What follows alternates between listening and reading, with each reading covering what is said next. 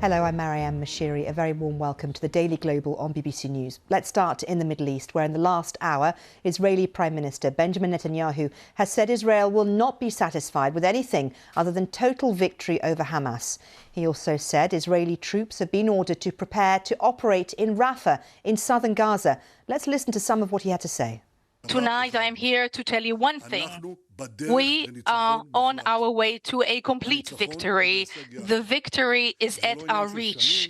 It's not about years or decades, it's about months. The IDF is doing wonderful work. It's working systematically in order to achieve all of the goals of the war that we, at the political ranks, have given it, which is relinquishing Hamas, releasing the hostages, and making sure Gaza is not threatening Israel anymore. To begin with, I said that the final victory is our goal.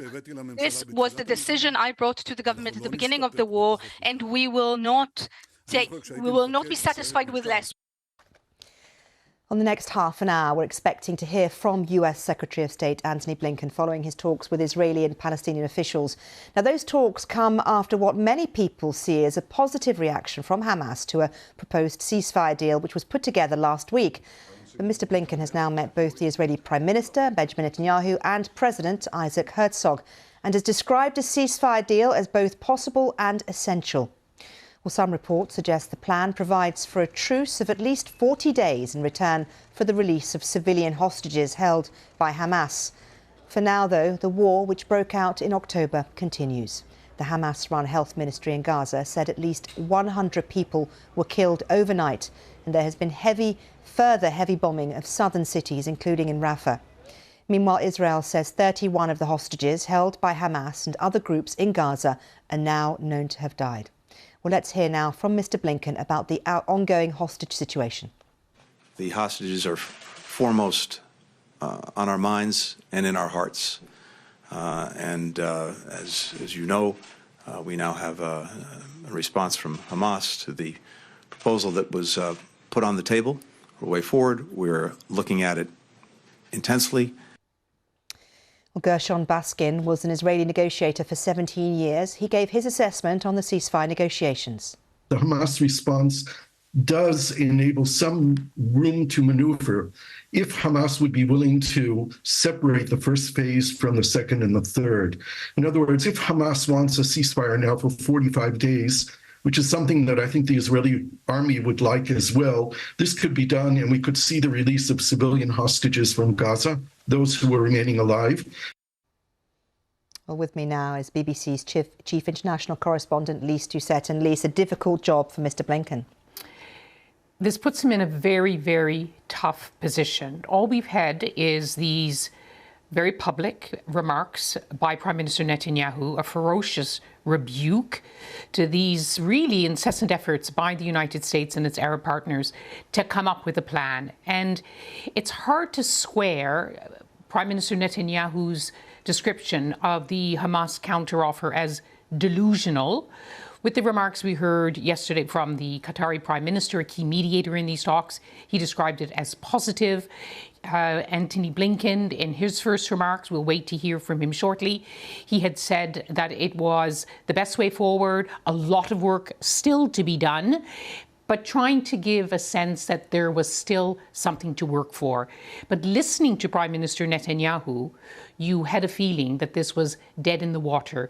Now, he may be saying that for public effect. It is known, sources say that sometimes in private negotiations, he adopts a different tone and a greater readiness to consider proposals.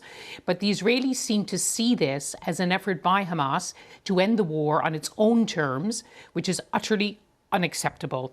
But it's interesting what Gershon Baskin said, which goes to the heart of the matter now.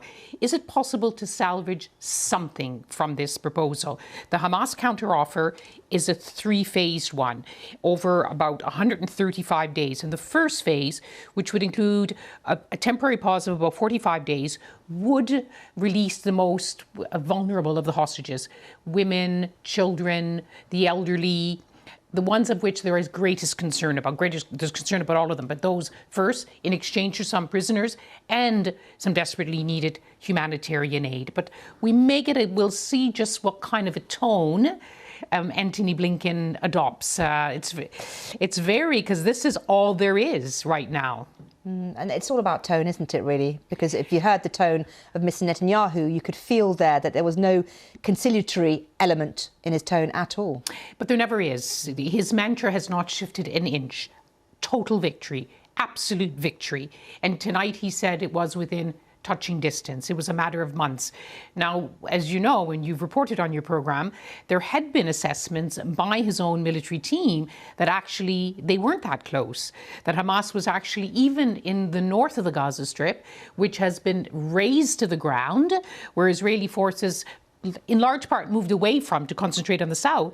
Hamas was re-establishing civilian control. Hamas is still able to fire rockets at Israel.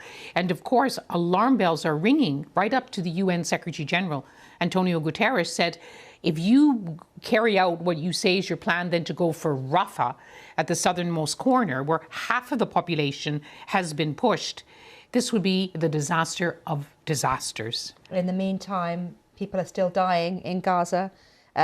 We saw the Hamas-run health minister saying over 100 were killed just in the last, I think, day or so. Over 27,000 Palestinians. And of course, there are still Israeli hostages being held there.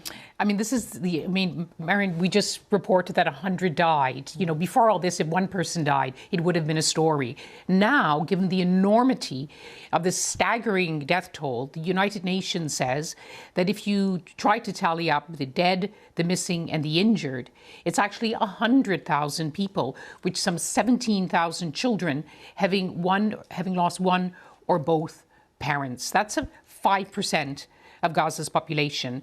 And Prime Minister Netanyahu and the public opinion in Israel backs him. They want him to hit Hamas hard as well, are saying they want this war to continue. But tonight, of course, we've heard of the anguish of the families of the hostages.